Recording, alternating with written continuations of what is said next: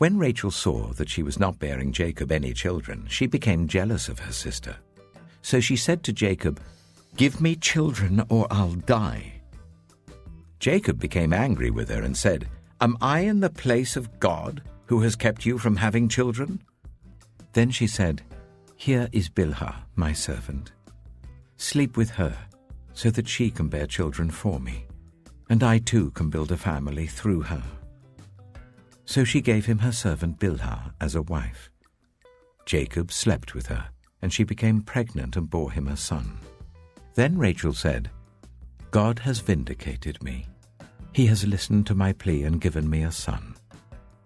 Because of this, she named him Dan. Rachel's servant Bilhah conceived again and bore Jacob a second son. Then Rachel said, "I have had a great struggle with my sister, and I have won." So she named him Naphtali. When Leah saw that she had stopped having children, she took her servant Zilpah and gave her to Jacob as a wife. Leah's servant Zilpah bore Jacob a son. Then Leah said, "What good fortune!" So she named him Gad. Leah's servant Zilpah bore Jacob a second son. Then Leah said, "How happy I am! The women will call me happy." So she named him Asher. During wheat harvest, Reuben went out into the fields and found some mandrake plants, which he brought to his mother Leah. Rachel said to Leah, "Please give me some of your son's mandrakes." But she said to her, "Wasn't it enough that you took away my husband? Will you take my son's mandrakes too?" "Very well," Rachel said. "He can sleep with you tonight in return for your son's mandrakes." So when Jacob came in from the fields that evening, Leah went out to meet him. "You must sleep with me," she said. "I have hired you with my son's mandrakes." So he slept with her that night. God listened to Leah, and she became pregnant and bore Jacob a fifth son. Then Leah said, "God has rewarded me for giving my servant to my husband." So she named him Issachar.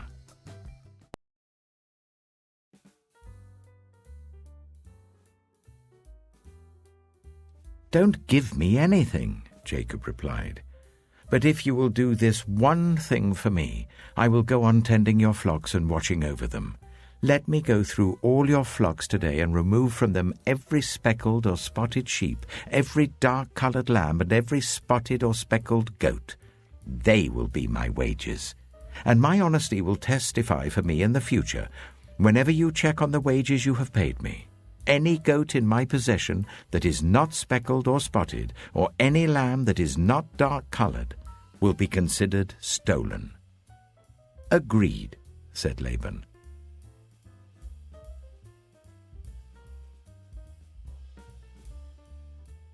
Jacob, however, took fresh-cut branches from poplar, almond, and plane trees, and made white stripes on them by peeling the bark and exposing the white inner wood of the branches. Then he placed the peeled branches in all the watering troughs, so that they would be directly in front of the flocks when they came to drink. When the flocks were in heat and came to drink, they mated in front of the branches. And they bore young that were streaked or speckled or spotted. Jacob set apart the young of the flock by themselves, but made the rest face the streaked and dark-colored animals that belonged to Laban. Thus he made separate flocks for himself, and did not put them with Laban's animals. Whenever the stronger females were in heat, Jacob would place the branches in the troughs in front of the animals, so that they would mate near the branches. But if the animals were weak, he would not place them there. So the weak animals went to Laban, and the strong ones went to Jacob. In this way the man grew exceedingly prosperous, and came to own large flocks and female and male servants and camels and donkeys.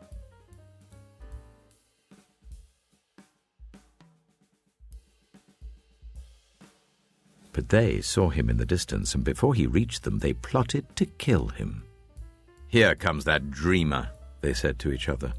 "Come now, let's kill him and throw him into one of these cisterns, and say that a ferocious animal devoured him.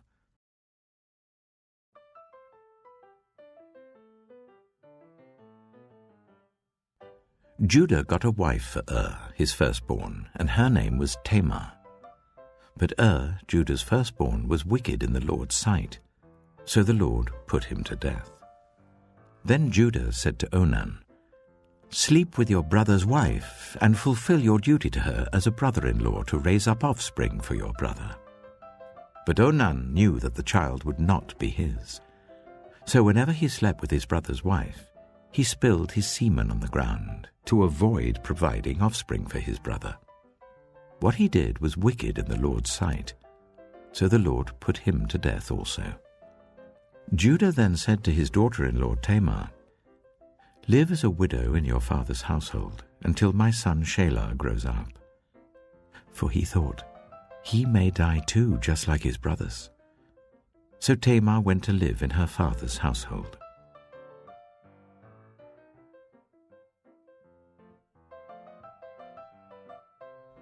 About 3 months later, Judah was told, "Your daughter-in-law Tamar is guilty of prostitution, and as a result she is now pregnant."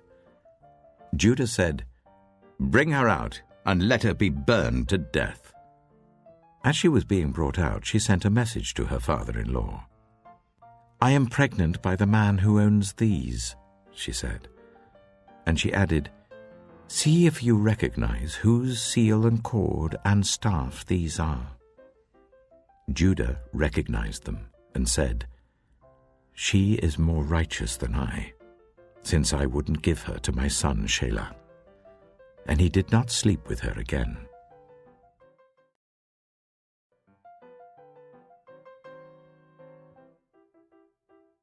Then Pharaoh said to Joseph, "In my dream I was standing on the bank of the Nile. When out of the river there came up 7 cows, fat and sleek, and they grazed among the reeds. After them 7 other cows came up, scrawny and very ugly and lean. I had never seen such ugly cows in all the land of Egypt. The lean, ugly cows ate up the 7 fat cows that came up first. But even after they ate them, no one could tell that they had done so. They looked just as ugly as before. Then I woke up."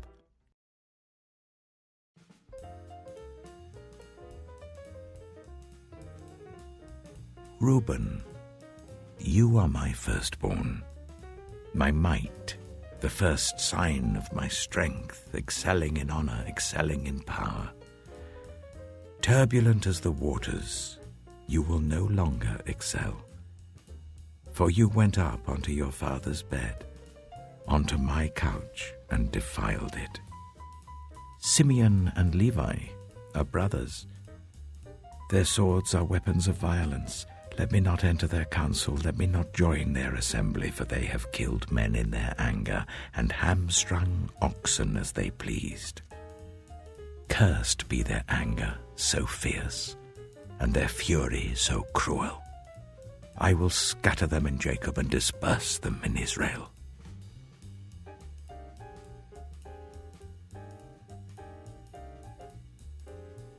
Issachar is a scrawny donkey lying down among the sheepfolds.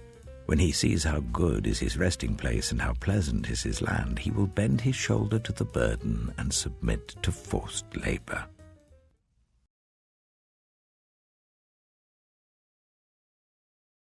They have taken some of their daughters as wives for themselves and their sons, and have mingled the holy race with the peoples around them.